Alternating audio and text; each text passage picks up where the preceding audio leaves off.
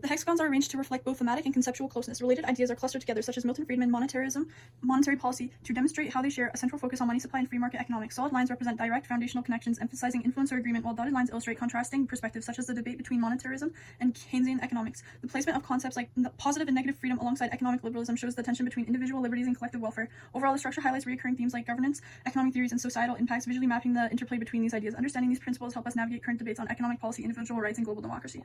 The first connection we have is between monetary policy, Keynesian economics, and deficit. The two ways of managing an economy within modern liberalism are monetary policy and Keynesian economics. While Keynesian economics relies on fiscal policy, government spending, and deficits to stimulate demand in economic downturns, monetary policy seeks to control inflation and maintain economic stability through money supply, which is reflected in debates on the Phillips curve. The New Deal, for example, was a creation of Keynesian inspiration in the era of the Great Depression, while the monetarist answer to stagflation underlined limits of fiscal intervention in the 1970s. This connection underlines tensions between the collective good of stabilizing economy and risks of long-term inflation or government overreach. These debates illustrate modern liberalism's approach to balancing individual freedoms with collective responsibility. The second connection is between consumerism, deficit, and the Roaring Twenties. So, mass production and credit provoked the consumerism of the Roaring Twenties that exemplified modern liberalism's unique rate of economic growth. It is this reliance upon credit that brought spending habits the nation could not afford, and that ended with the crash of 1929. This serves as further evidence of how two sides can arise over one concept. It frees the choices and innovations of individuals, but also makes extensive risks possible. For example, historical instances like the Great Depression have demonstrated just how well supply must be combined with economic freedom in overcoming financial instability, which is the greatest challenge of modern liberal democracies.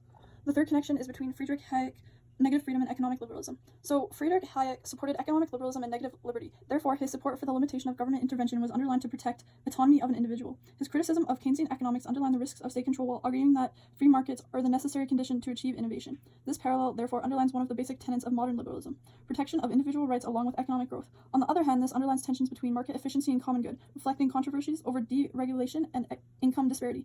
Hayek's view influenced policies on globalization and free trade in giving their imprint to liberal economies today. The fourth connection is between Keynesian economics, positive freedom, and humanitarianism. So Keynesian economics corresponds to this liberal notion of positive liberty since it advances government intervention to create conditions under which people would be able to flourish. Policies such as public healthcare and infrastructure projects address inequality and promote well-being, showing the humanitarian goals of modern liberalism. For instance, the European post-World War II welfare states reduce poverty and unemployment by balancing collective security with individual opportunity. This connection also raises debates about limits of government intervention, especially with regard to taxation and personal liberty. It shows the commitment to modern liberalism to a balance between equality and freedom. The final connection is between neoconservatism, representative democracy, and fiscal policy. Neoconservatism's emphasis on democratization and fiscal discipline finds an intersection with the principles of representative democracy. The neoconservatives and their call for limited government spending and global democratic institutions reveal a new liberalism in which accountable governance is joined by the empowerment of the individual. Examples throughout post-Cold War U.S. foreign policies show this interaction, but it's also a connection that reveals tensions between interventionist approaches and domestic priorities, like how to balance military spending with social programs. This dynamic reflects the difficulty of modern liberalism in balancing global leadership with domestic equity. In conclusion, as modern liberalism continues to evolve, its principles challenge us to think critically about how we balance freedom, responsibility, and progress in an ever-changing world.